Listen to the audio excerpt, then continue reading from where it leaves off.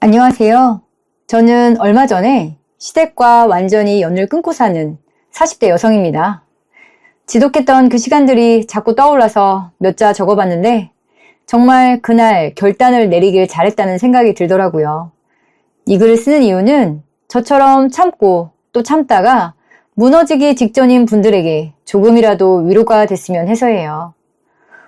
5년 전 제 나이 40이 되던 해에 시어머니께서 대장암 3기 판정을 받으셨어요. 시어머니는 그때 일흔이셨고 수술 후에는 장루, 그러니까 인공 항문을 다셔야 했죠.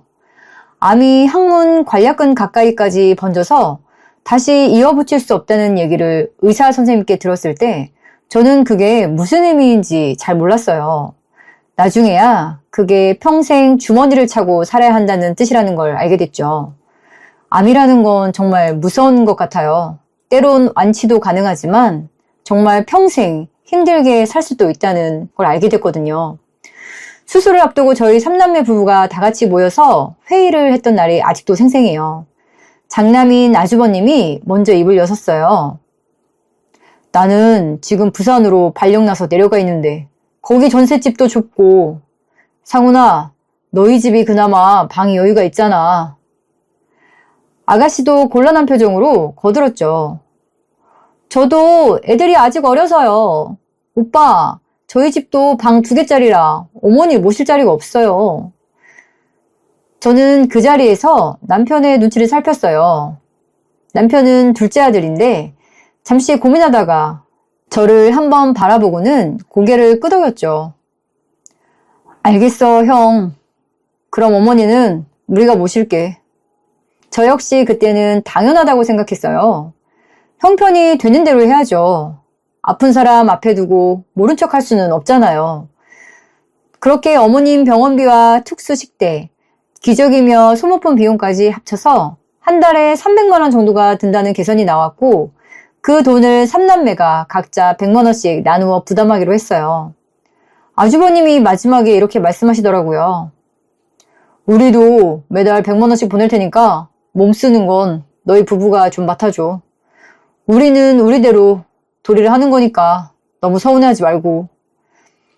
저는 그때만 해도 그 말에 별다른 의미를 두지 않았어요. 다들 나름대로 최선을 다하는 거라고 그렇게만 생각했죠. 수술이 끝나고 퇴원하시던 날 시어머니는 제 손을 잡고 눈물을 글썽이며 고맙다고 하셨어요. 그 한마디에 저는 앞으로 어떤 고생이 와도 견딜 수 있을 것 같다는 생각까지 했었죠. 그런데 돈을 나눠내는 것과 사람을 직접 돌보는 일은 완전히 다른 문제더라고요. 장이 예민한 어머님 식사는 몇 끼니 저울에 달아서 준비해야 했어요. 조금만 자극적이거나 거칠어도 배가 아프다며 밤새 앓으셨거든요. 남편도 퇴근하고 나면 쉬지도 못하고 장루 주머니부터 살폈어요. 냄새가 심할 때는 헛구역질을 하면서도 묵묵히 그 일을 해냈죠. 처음 1년, 2년은 그래도 부모니까 자식된 도리가 있으니까 하면서 버텼어요. 그런데 5년이라는 시간은 정말 무섭더라고요. 간병이라는 것이 쉽게 생각 없이, 아니 생각하고 계산하더라도 쉽게 덤벼들면 안 되는 일이더라고요. 친구 한 번을 못 만나고 여행 한 번을 못 가면서 제 삶이 조금씩 사라지고 있다는 걸 느꼈어요.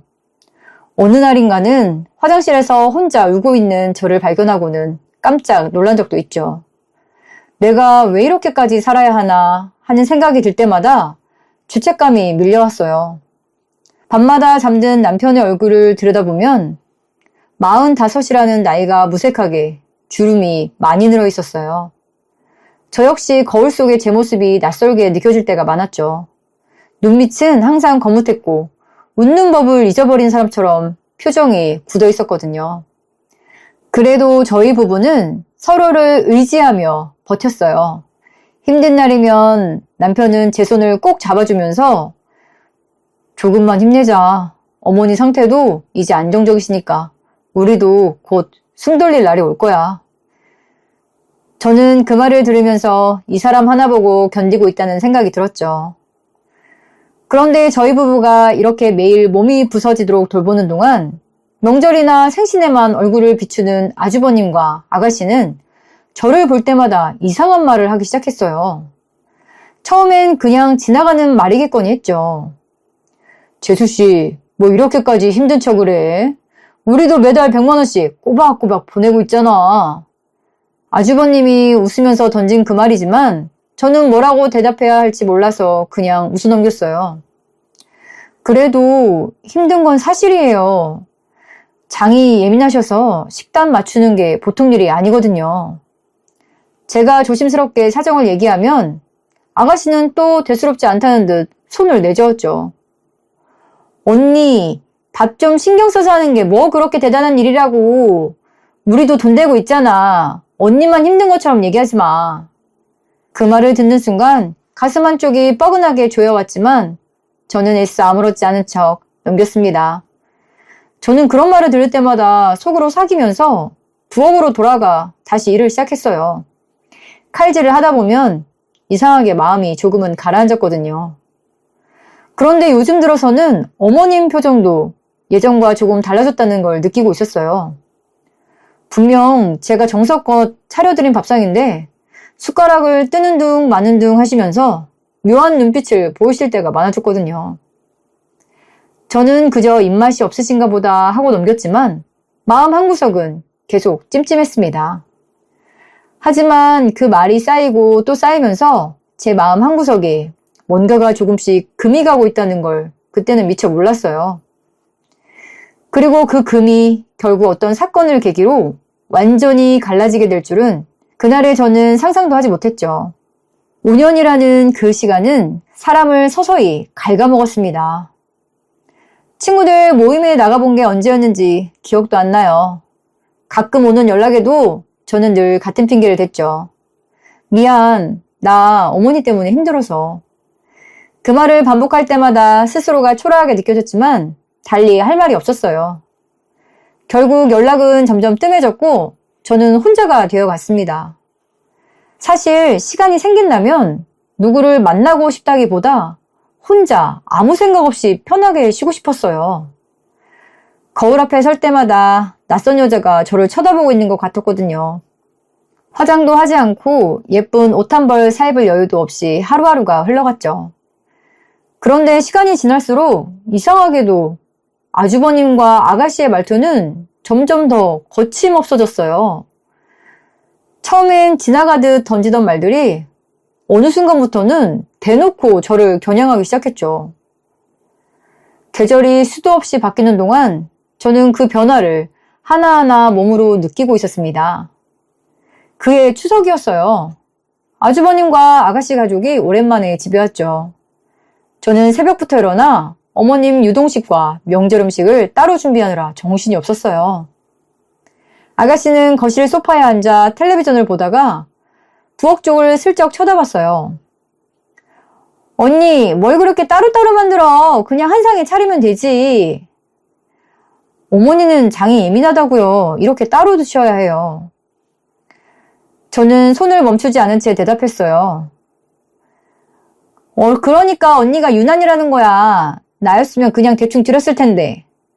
저는 그 말에 잠깐 손이 멈췄지만 아무렇지 않은 척 다시 칼질을 시작했어요. 아주버님도 거들었어요. 재수씨, 그렇게까지 안 해도 돼. 우리가 매달 돈 보내고 있잖아. 그 돈이면 반찬 정도는 사다 먹어도 될 텐데.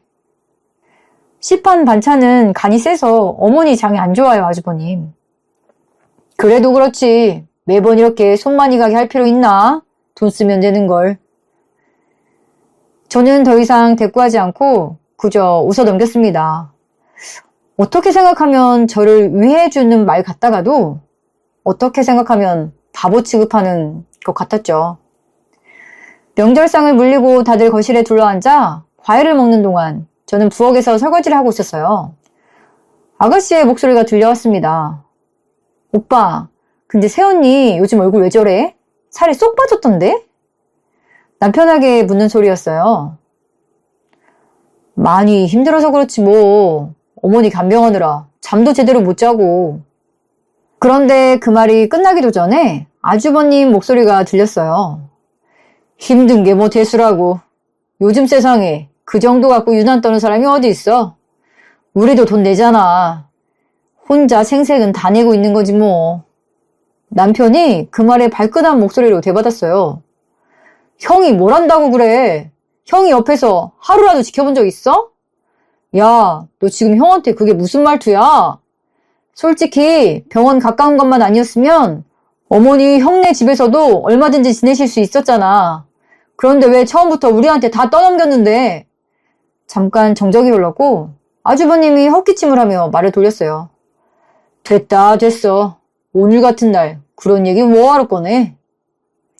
싱크대 앞에 서서 그 대화를 듣던 저는 손끝이 떨리는 걸 느꼈죠. 남편이 저 대신 화를 내주는 그 목소리가 고마우면서도 한편으론 마음이 더 무거워졌어요. 가슴속 어딘가가 조용히 무너져 내리는 기분이었죠.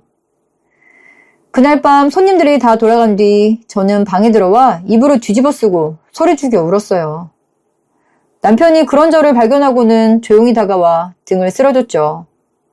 여보, 많이 힘들었지? 미안해. 저는 눈물을 삼키며 겨우 대답했어요. 저 사람들은 우리가 뭘 하는지 하나도 몰라. 그냥 돈 몇 푼 보내는 걸로 다 됐다고 생각하잖아. 미안해, 여보. 내가 더 잘할게. 조금만 더 버텨보자. 몇 달 뒤에 어머님 생신이 돌아왔어요. 그날도 아가씨는 케이크 하나만 달랑 사들고 와서는 생색을 냈죠. 언니, 내가 이거 유명한 빵집 케이크로 사온 거야. 어머니 좋아하시겠지? 저는 어머님이 단 음식을 드시면 배탈이 난다는 걸 알면서도 굳이 말을 꺼내지 않았어요. 설명해봤자 또 유난이라는 소리를 들을 게 뻔했으니까요. 대신 저는 그날도 새벽부터 일어나 어머님이 드실 수 있는 부드러운 미음과 찐호박을 따로 준비했습니다. 그렇게 시간이 흐르는 동안 저는 점점 말수가 줄어들었어요. 누가 무슨 말을 해도 그저 웃어넘기는 게 습관이 돼버렸죠. 하지만 마음속에는 뭔가가 계속 쌓이고 있었어요. 어머님 정기검진이 있는 날이었어요. 휠체어를 빌고 병원 복도를 오가는 동안 저는 문득 제가 언제부터 이렇게 지쳐 있었는지 스스로도 가늠이 안 됐어요. 검진을 마치고 나온 담당 선생님이 저를 따로 부르셨죠. 보호자분, 안색이 많이 안 좋으신데 괜찮으세요? 애써 웃으며 괜찮다고 대답했지만 속으로는 눈물이 핑 돌았어요. 그날도 아주버님과 아가씨는 각자 바쁘다며 얼굴 한번 비추지 않았거든요. 아무것도 모르는 의사 선생님이 그냥 저를 위로하는 말 같아서 눈물이 더 날 뻔했어요. 사실 저라고 왜 이 집을 떠나고 싶은 마음이 없었겠어요. 하지만 남편 월급만으로는 생활비와 대출이자를 감당하기에도 빠듯했고 어머님이 받으시는 요양 등급으로는 전문 요양보호사를 하루 종일 쓸 형편이 안 됐어요. 게다가 며느리가 시어머니를 두고 나갔다는 말이 나올까봐 그것도 두려웠습니다. 그래서 저는 이를 악물고 하루하루를 버텨냈던 거예요. 며칠 뒤에 아가씨한테서 전화가 왔어요. 언니, 요즘 어머니 어떠셔? 별일 없지? 저는 최근 어머님 컨디션이 안 좋아지신 걸 조심스럽게 얘기했어요. 요즘 좀 예민해지셔서 식사량이 많이 줄었어요. 그런데 돌아온 대답은 뜻밖이었어요. 에이, 언니가 너무 예민한 거 아니야? 나이 드시면 다 그런 거지 뭐. 저는 순간 말문이 막혔어요. 매일 곁에서 지켜보는 사람과 가끔 전화로만 안부를 묻는 사람의 온도 차이가 이렇게 크다는 걸 새삼 느꼈죠. 그리고 그 무렵 시아버님 제삿날이 다가오고 있었습니다.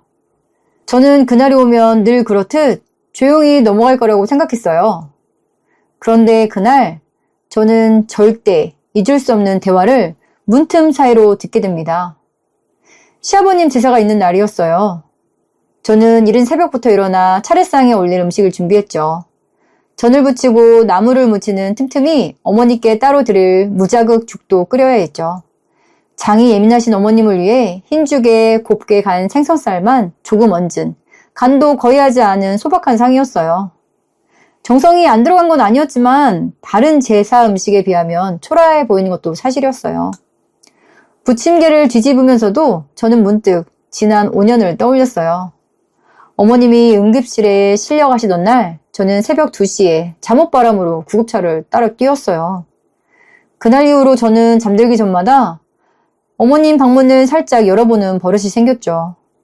혹시라도 밤사이에 상태가 나빠지실까봐 늘 마음 한구석이 편할 날이 없었거든요.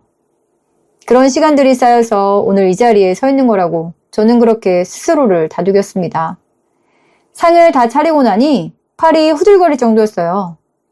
저는 어머님 몫으로 따로 끓인 죽을 쟁반에 받쳐들고 안방으로 향했죠. 따뜻한 죽 냄새가 코끝에 닿을 때마다 오늘도 잘 드셨으면 하는 마음이 들었어요. 복도를 지나는 발걸음 소리가 유독 크게 들리던 밤이었어요. 방문이 살짝 열려 있었고 안에서는 두런두런 말소리가 흘러나오고 있었죠. 저는 별 생각 없이 문 앞에 다가섰다가 그 자리에 멈춰 섰습니다. 아유, 진짜 이 맛대가리 없는 풀죽을 몇 년째 받아먹는지 몰라. 어머님 목소리였어요. 간도 하나도 안 맞고 지가 무슨 유난을 떤다고 매번 이딴 걸 끓여오는지. 저는 손에 든 쟁반이 흔들리는 것도 모른 채 그 자리에 얼어붙었습니다. 아가씨 목소리가 이어졌어요. 엄마, 내 말이 그 말이야. 우리가 한 달에 100만 원씩 꼬박꼬박 보내는데 그 돈으로 대체 뭘 사 먹이길래 밥상이 이래. 혹시 그 돈 다른 데 쓰는 거 아니야? 낸들 아니. 오빠랑 네가 돈 내는 거 있는데 제가 혼자 다 아는 척 유난 떠는 것도 이제 지겹다 지겨워. 엄마, 참으세요. 재수씨가 머리가 나빠서 그래요. 차라리 고기라도 팍팍 넣어서 해주면 좋을 텐데. 솔직히 말이 나와서 하는 말인데 저거 엄마 빨리 돌아가시라고 일부러 이런 밥 갖다 주는 거 아니야? 아가씨 하는 그 말에 저는 숨이 턱 막혔습니다. 에이, 설마 그렇게까지. 어머님이 말끝을 흐리자 아주버님이 목소리를 낮추며 덧붙였어요. 모르는 일이죠. 아주 무식하고 천박한 부엌대기가 아무것도 모르고 이렇게 주는 걸지도 몰라요. 빨리 죽으라고. 아가씨도 맞장구를 쳤어요. 맞아, 엄마. 나도 예전부터 그 생각했었어. 언니가 겉으로는 착한 척하면서 속은 다를 수도 있잖아. 상훈이도 그래. 지 마누라가 시키는 대로 하는 거지. 지가 뭘 안다고. 아주버님이 코웃음을 치며 거들었어요. 상훈이도 참 딱하지. 마누라 등살에 빌려서 저러고 사는 거 보면. 그러니까 말이다. 내가 이 집에서 얼마나 눈치 보고 사는지 니들은 모른다. 내 맘대로 하는 게 하나도 없어. 어머님의 그 한마디에 저는 5년 동안 쌓아온 시간이 전부 부정당하는 기분이었어요. 아가씨의 목소리가 다시 이어졌어요. 엄마, 그러지 말고 우리 이참에 요양원 알아볼까? 거기가 오히려 관리도 잘해주고 엄마도 편할 건데. 어머님은 잠시 말이 없으시다가 낮게 대답했어요. 그럴까도 싶다. 여기 있어봐야 매번 이런 밥이나 얻어먹을 텐데 차라리 그게 나을 수도 있어. 아주버님이 맞장구를 쳤어요. 그래요, 엄마. 그럼 우리가 알아볼게요. 어차피 돈은 우리가 다 되는 거니까 우리 말대로 해요, 그럼. 저는 그 순간 5년 동안 제가 지켜온 이 자리가 저 사람들 마음속에서는 아무 의미도 없다는 걸 깨달았습니다. 어머님을 편하게 해드리려는 건데 제 모든 노력이 결국 저 사람들에게는 그저 대체 가능한 서비스처럼 취급되고 있었던 거예요. 저는 5년 동안 어머님 장이 막힐까봐 채소 하나까지 일일이 다져가며 밥을 지었어요. 행여 응급실에 실려가실까봐 밤에도 몇 번씩 일어나 상태를 살폈고요. 결혼식이며 돌잔치며 가야 할 자리도 수없이 마다하고 이 집을 지켰던 시간들이 있었어요. 그런데 그 모든 시간이 저 사람들 눈에는 그저 유난이었고 심지어 저희는 의심받는 대상이 되었던 거예요. 가슴 한복판이 칼로 그어지듯 아팠고 다리에 힘이 풀려서 그 자리에 주저앉을 뻔했죠. 귓가에 들리는 소리들이 점점 멀어지는 것 같으면서도 한마디 한마디는 또렷하게 박혔어요. 쟁반 위에 죽그릇이 달그락거리는 소리를 내는 것도 몰랐죠.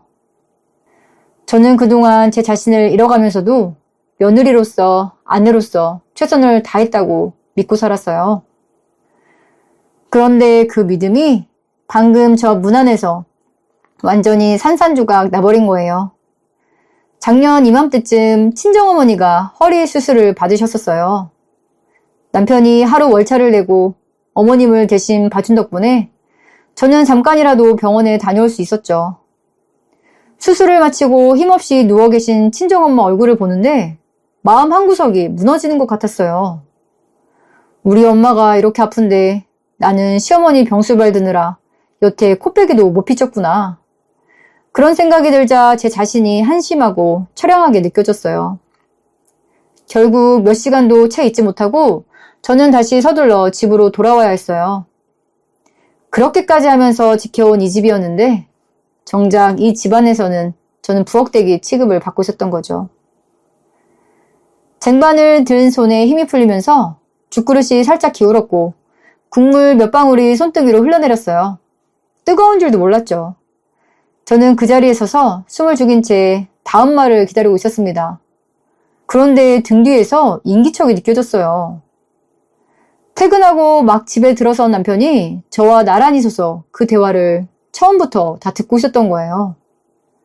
저는 남편이 언제부터 거기 서 있었는지도 몰랐어요. 저는 남편의 얼굴을 돌아봤죠. 평소 순하던 남편의 낯빛이 파랗게 질려 있었습니다.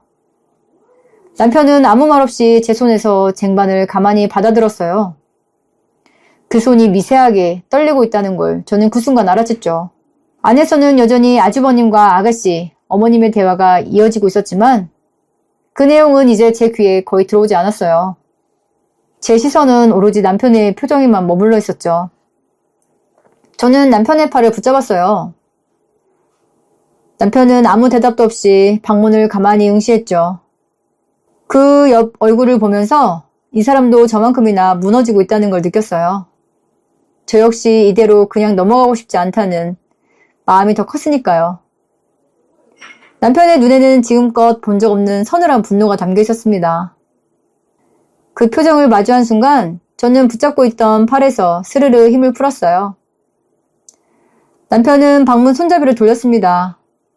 쾅 소리와 함께 문이 활짝 열렸고 방 안에 있던 세 사람은 깜짝 놀라면서 시선이 일제히 우리 쪽으로 쏠렸어요. 어머님과 아주버님, 아가씨의 얼굴이 순식간에 하얗게 굳었죠. 방금 전까지 저를 흉보며 웃던 얼굴들이 그대로 얼어붙은 채 굳어 있었어요. 남편은 성큼성큼 걸어 들어가더니 제가 끓인 죽그릇을 그대로 바닥에 내동댕이 쳤어요. 그릇 부딪히는 소리가 방 안에 날카롭게 울려 퍼졌죠. 형, 지금 그게 무슨 말이야? 돈? 그 100만 원 내면 5년 동안 냄새나는 장르주머니 갈고 장 막힐까봐 채소 그람수까지 재가면서 밥 해먹은 우리 집사람 고생이 다 없어지는 거야? 아니 그게 아니라 그게 아니면 뭔데? 방금 다 들었어. 우리 집사람들어 부엌대기? 유난 떨고 있다고?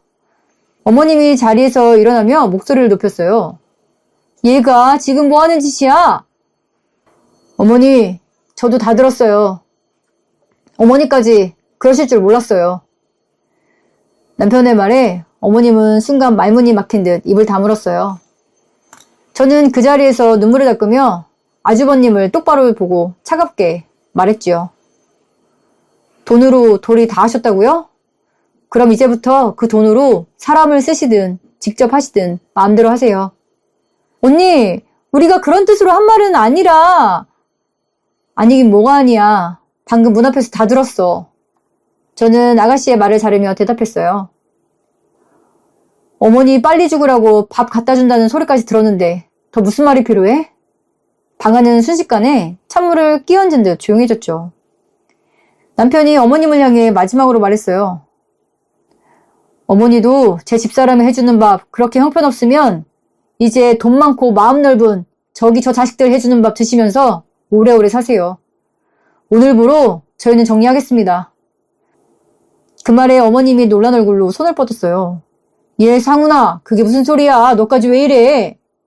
하지만 남편은 이미 마음을 굳힌 듯 제 손을 잡고 돌아섰어요. 우리는 그 길로 짐을 챙기기 시작했죠. 옷가지 몇 벌과 당장 필요한 물건들만 가방에 담는 손이 떨렸지만 이상하게도 마음 한구석이 후련했습니다. 5년 동안 이 집 부엌에서 만든 밑반찬들, 어머님 약 챙기던 달력, 장르용품, 눈에 익은 물건들이 지나칠 때마다 만감이 교차했어요. 그런데 왜 이렇게 속은 후련한지. 아주버님이 뒤늦게 쫓아나와 말을 걸었어요. 야, 이상훈, 너 진짜 이럴 거야? 어머니는 어쩌라고? 형이 알아서 해. 이제부터는 형 몫이야. 왜? 아까는 돈으로 요양원 보내드린다고 말만 잘하던데. 아가씨도 놀란 얼굴로 저를 붙잡으려 했지만 저는 손을 살며시 뿌리쳤어요. 그동안 저 참느라 힘들었었어요. 고마워요. 덕분에 이제 그만하게 됐네요. 현관문을 나섰는데 등 뒤에서 어머님이 흐느끼기 시작했어요. 잠시 걸음을 멈췄지만 남편 손을 잡고 현관문을 나섰습니다. 여보, 잘했어. 이제 우리끼리 살자. 그동안 고생했어. 저는 그 말을 들으며 5년 만에 처음으로 숨통이 트이는 기분이었습니다. 그 뒤로 저희는 시댁 식구들 번호를 전부 차단했어요. 그런데 얼마 지나지 않아 시이모님에게 전화가 왔습니다. 아주버님과 아가씨가 돈을 모아 간병인을 불렀는데 사흘도 못 버티고 그만두었다는 얘기였어요. 장이 예민한 어머님 식단을 처음 달아보는 사람이 어떻게 며칠씩 버티겠어요. 결국 두 사람이 번갈아가며 직접 어머님을 돌봐야 했는데 장루주머니를 처음 만져본 아주버님은 냄새를 참지 못하고 화장실에서 몇 번이나 구역질을 했다고 하더군요. 평생 손에 물 한 방울 안 묻히고 살았던 사람이 갑자기 그 모든 걸 떠맡았으니 오죽했겠어요. 식단을 제대로 몰랐던 아가씨가 아무 반찬이나 사다 먹인 탓에 어머님은 결국 장이 막혀 응급실에 실려가셨다는 소식도 들려왔죠. 그러자 두 사람은 서로 책임을 미루며 다투기 시작했다고 했어요. 네가 엄마 돌봐야지. 나는 돈 많이 냈잖아. 무슨 소리야. 오빠도 아들이잖아. 나도 애들 키우느라 바빠 죽겠다고. 그럼 나보고 회사 그만두고 어머니만 보라는 거야? 병상 앞에서 언성을 높이며 다퉜다는 얘기를 전해 들었을 때 저는 만감이 교차했습니다. 그래도 남편과 저는 사이좋게 잘한 거였구나 싶었어요. 그리고 5년 동안 저희가 매일 감당했던 그 무게를 이제서야 저 사람들도 조금은 느끼고 있겠구나 싶었죠. 몇 주 뒤에 모르는 번호로 전화가 여러 번 걸려왔어요. 받지 않았지만 나중에 남겨진 음성 메시지를 우연히 듣게 됐어요. 시어머니였습니다. 얘야, 내가 잘못했다. 제발 한 번만 와줘. 네가 해주던 흰죽 한 입만 먹고 싶어서 그런다. 그 목소리를 듣는데도 저는 이상하게 마음이 흔들리지 않았어요. 세상에 당연한 건 없는데 그 당연함이 없어져야 비로소 소중하고 고마움을 알게 되는 것 같아요. 5년 동안 쌓인 상처가 그 짧은 사과 한마디로 없어지는 건 아니었으니까요. 저는 그 번호마저 차단했습니다. 그 뒤로 시간이 꽤 흘렀어요. 저희들은 어머니가 살던 집을 정리했고 어머님은 일단 아가씨 집으로 가셨다고 했습니다. 가끔 시이모님을 통해 시댁 소식이 들려오긴 했지만 저는 더 이상 그 이야기에 마음이 흔들리지 않았죠. 5년 동안 잃어버렸던 제 삶을 이제야 조금씩 되찾고 있다는 게 느껴졌거든요. 얼마 전에 남편과 함께 바다가 보이는 펜션으로 여행을 다녀왔어요. 창문을 열어두고 파도 소리를 들으며 눈을 감고 있는데 정말 오랜만에 마음이 편안했습니다. 여보, 우리 이제 우리 인생 살자. 손을 잡아주며 말한 남편의 한마디가 너무 고마웠죠. 돌이켜보면 저는 5년 동안 누군가를 지극정성으로 돌보면서도 정작 제 자신은 돌보지 못했더라고요. 돈으로 매겨질 수 없는 시간과 마음을 저는 아낌없이 내어줬어요. 하지만 그 마음을 하찮게 여기는 사람들 곁에 더 이상 머무를 수 없다는 걸 그날 이후로 확실하게 알게 됐습니다. 누군가를 위해 헌신한다는 것과 나 자신을 잃어가면서까지 참는 것은 전혀 다른 문제라는 것도 그제야 깨달았어요. 가끔 그날 문틈으로 들었던 그 말들이 어찌 보면 정말 고마운 계기였다는 생각도 들어요. 지쳐서 주저앉기 직전이었는데 그 말이 오히려 모든 걸 엎어버릴 빌미를 만들어준 셈이니까요. 그래서 저는 이제 말이라는 게 얼마나 무서운 건지 늘 되새기게 됐습니다. 누군가 힘든 일을 견디고 있을 때 잘 알지도 못하면서 아는 척 위로하거나 뒤에서 함부로 말을 옮기는 게 얼마나 사람 마음을 무너뜨리는지 저는 몸소 겪었으니까요. 그 사람이 정말 어떤 무게를 지니고 있는지 모른다면 차라리 아무 말도 보태지 않는 편이 나을 때가 있다는 걸 저는 그렇게 배웠습니다. 지금 저는 다시 웃는 법도 배워가고 있어요. 친구들과의 약속도 하나둘 잡기 시작했고 거울 속 제 모습도 예전보다는 한결 편안해 보입니다. 남편도 요즘은 퇴근하고 오면 저와 함께 저녁을 먹으며 시시콜콜한 하루 이야기를 나누는 여유가 생겼어요. 예전 같으면 상상도 못했을 소소한 일상이 지금 저희 부부에게는 가장 큰 행복이 됐습니다. 그날의 선택을 전 한 번도 후회한 적이 없어요. 지독했던 그 시간들을 지나 저는 지금 이렇게 제 삶을 되찾았습니다. 그리고 정말 그날 그렇게 연을 끊길 잘했다는 생각이 오늘도 문득 들었습니다. 오늘도 끝까지 긴 이야기 들어주셔서 감사드리고 모두 행복하세요.